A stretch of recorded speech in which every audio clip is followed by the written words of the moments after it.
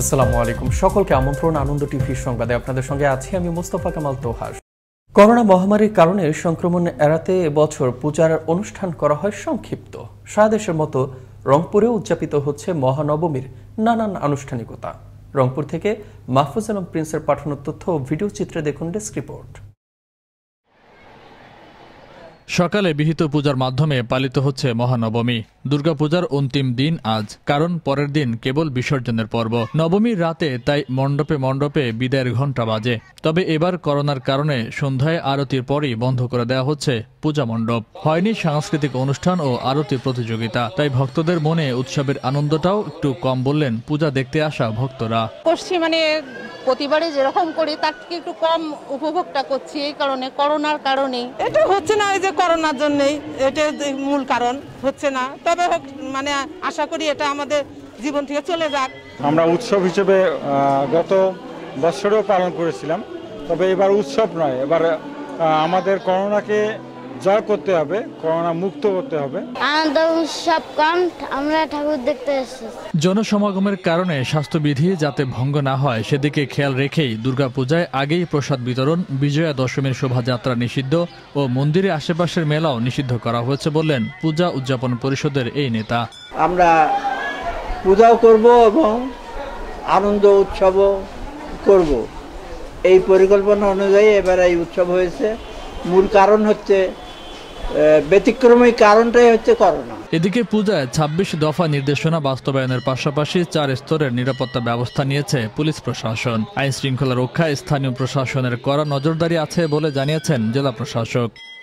আমাদের টোটাল ৮৮৭টি মণ্ডপে পূজা উদযাপিত হচ্ছে এবং আমাদের পুলিশ এবং আনসারের মাধ্যমে, টহল টিমের মাধ্যমে এবং র্যাবের মাধ্যমে আইন শৃঙ্খলা পরিস্থিতি স্বাভাবিক আছে এবং সকল মণ্ডপেই সকলে উৎসবপূর্ণ পরিবেশে পূজা উদযাপন করছে। রংপুর জেলায় ৮৮৭টি পূজা মণ্ডপে পূজা অনুষ্ঠিত হচ্ছে। পূজার জন্য রংপুর নগরীতে প্রস্তুত হয় ৭৩২টি মণ্ডপ। বিগত বছর রংপুরে মণ্ডপের সংখ্যা ছিল ১,৭০৮টি, আর এবার মণ্ডপ কমেছে গত বছরের চাইতে ৮০০টি। ফয়সাল মাহমুদ, আনন্দ টিভি, ন্যাশনাল ডেস্ক।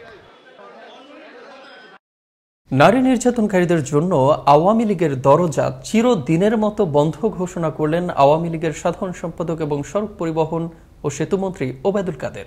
রোববার নোয়াখালী নিচু নির্বাচনী এলাকা বসুরহাট ও কবিরহাটে সনাতন ধর্মাবলম্বীদের দুর্গোৎসব উপলক্ষে শুভেচ্ছা বিনিময়কালে একথা বলেন ওবায়দুল কাদের। এ সময় তিনি আরো বলেন,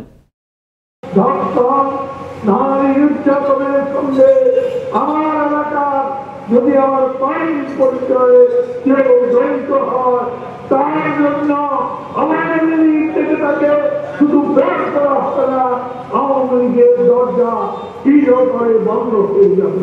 কক্সবাজার টেকনাফে গোপন সংবাদের ভিত্তিতে অভিযান চালিয়ে ৪৫,০০০ পিস ইয়াবা মাদক বিক্রির ১৬ লাখ টাকা সহ নবী হোসেন নামের এক মাদক কারবারিকে আটক করেছে র্যাব ১৫। শনিবার বিকেলে টেকনাফ উপজেলার উঞ্চি প্রাং সীমান্ত এলাকা থেকে তাকে আটক করা হয়। র্যাব ১৫ সহকারী পরিচালক ও সহকারী পুলিশ সুপার আবদুল্লাহ মোহাম্মদ শেখ সাদি জানান, উদ্ধারকৃত ইয়াবার আনুমানিক বাজার মূল্য ২,২৯,০০,০০০ টাকা। ময়মনসিংহের ধোবাউড়ায় আদিবাসী এক নারীকে চুল কেটে মধ্যযুগীয় কায়দায় শারীরিক নির্যাতন করার অভিযোগ উঠেছে কিছু দুষ্কৃতিকারীর বিরুদ্ধে।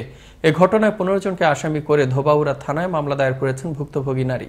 নির্যাতনের শিকার নারীর অভিযোগ, উপজেলার ঘোষগাঁও ইউনিয়নের চন্দ্রকোনা গ্রামে জমি সংক্রান্ত বিরোধের জের ধরে এ ঘটনা ঘটায় নিরঞ্জন সহ আরো অনেকেই। গোপন সংবাদের ভিত্তিতে ফরিদপুরের সদরপুর থানার এসআই মুজিবুর রহমান ও এএসআই মামুনুর রশিদের নেতৃত্বে রোববার সকালে সদর ইউনিয়নের ১৪রশি গ্রামে অভিযান চালিয়ে ৪০০ পিস ইয়াবা সহ মাদক ব্যবসায়ী লিটনকে গ্রেফতার করা হয়। এ ব্যাপারে সদরপুর থানায় দায়ের করা হয় একটি মাদক মামলা। ৬টি গ্রামের প্রায় ১০,০০০ মানুষজন প্রতিদিন যাতায়াত করে যে সড়ক দিয়ে, সেই সড়কটির ওপর নির্মাণ করা হলো বাড়ি। এতে বন্ধ হয়ে যায় চলাচল, চলতে পারছে না যানবাহনও। এ ঘটনা মানিকগঞ্জ জেলা শিবালয়ের প্রত্যন্ত অঞ্চলের। শত বছরের সড়কটি উদ্ধারের দাবিতে সোচ্চার এলাকাবাসী। মানিকগঞ্জ থেকে জয় ঘোষের আরও একটি প্রতিবেদন জানাচ্ছেন ফয়সাল মাহমুদ। 6টি গ্রামের প্রায় 10,000 মানুষজনের প্রতিদিন যাতায়াত করা সড়কের উপর নির্মাণ করা হলো বাড়ি। এতে বন্ধ হয়ে যায় চলাচল, চলতে পারছে না যানবাহনও। এই ঘটনা মানিকগঞ্জ জেলার শিবালয়ের প্রত্যন্ত অঞ্চলের। একই গ্রামের তমেজখা ও তবেজখা রাতের আধারে রাস্তার উপর হঠাৎ করে একটি ঘর নির্মাণ করে, যার কারণে সাধারণ মানুষ পড়েছেন ভোগান্তিতে। এই রাস্তা দিয়ে পাটুরিয়া ফেরিঘাট সহ বিভিন্ন প্রান্তে কৃষি পণ্য সরবরাহ সহ স্কুল কলেজের ছাত্রছাত্রীরা যাতায়াত করে। আরোয়ার ঘুনাপাড়া গ্রামের 100 বছর পুরানো একটি সড়কের উপর জোরপূর্বক ঘর নির্মাণের প্রতিবাদে প্রতিবাদ সভা ও মানববন্ধন করল ভুক্তভোগীরা। এ সময় 4 গ্রামের প্রায় 5 শতাধিক নারী পুরুষ মানববন্ধন ও প্রতিবাদ সভায় উপস্থিত থাকেন। এটা সংযোগ রাস্তা, এই রাস্তা দিয়ে হাজার হাজার লোক চলাফেরা করে, কাঁচা মাল এই রাস্তা দিয়ে পরিবহন করে, ভ্যান রিক্সা অলওয়েজ চলাফেরা করে। 100 বছরের এই রাস্তাটি দ্রুত চলাচলের উপযোগী দেখতে চান এলাকাবাসী। একটা ছাপড়া উঠাইছে যাতে স্টুডেন্টরা না হয়, সরকারি কাজে ব্যবহৃত হয় এবং এলাকার লোকজন যাতে চলতে না পারে। এই মতো অবস্থায় এলাকার লোকজন যারা কৃষি কাজ করে বিশেষ করে তারা একটা চরম ভোগান্তিতে পড়ছে।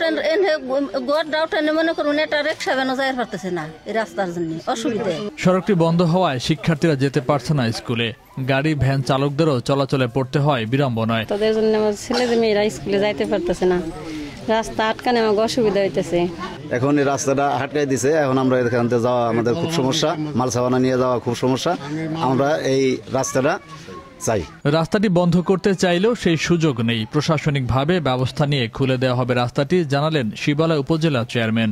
আমি ইউনো মহোদয়ের সাথে কথা বলেছি এবং ওসি শিবালয়ের সঙ্গে আমি কথা বলেছি যে দীর্ঘদিনের একটি পুরাতন রাস্তা ইউনিয়ন পরিষদের, এই রাস্তাটি কতিপয় লোক বন্ধ করে দিছে।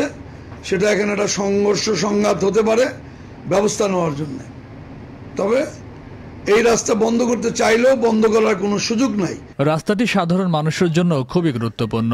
সাধারণ মানুষের দাবি দ্রুত প্রশাসন হস্তক্ষেপে রাস্তার উপর থেকে ঘর অপসারণ করে সাধারণ মানুষের চলাচলের উপযোগী করা হোক। ফয়সাল মাহমুদ, আনন্দ টিভি, ন্যাশনাল ডেস্ক।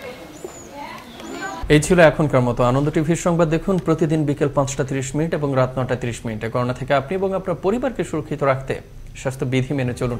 আনন্দ টিভির সঙ্গে থাকার জন্য সকলকে অসংখ্য ধন্যবাদ।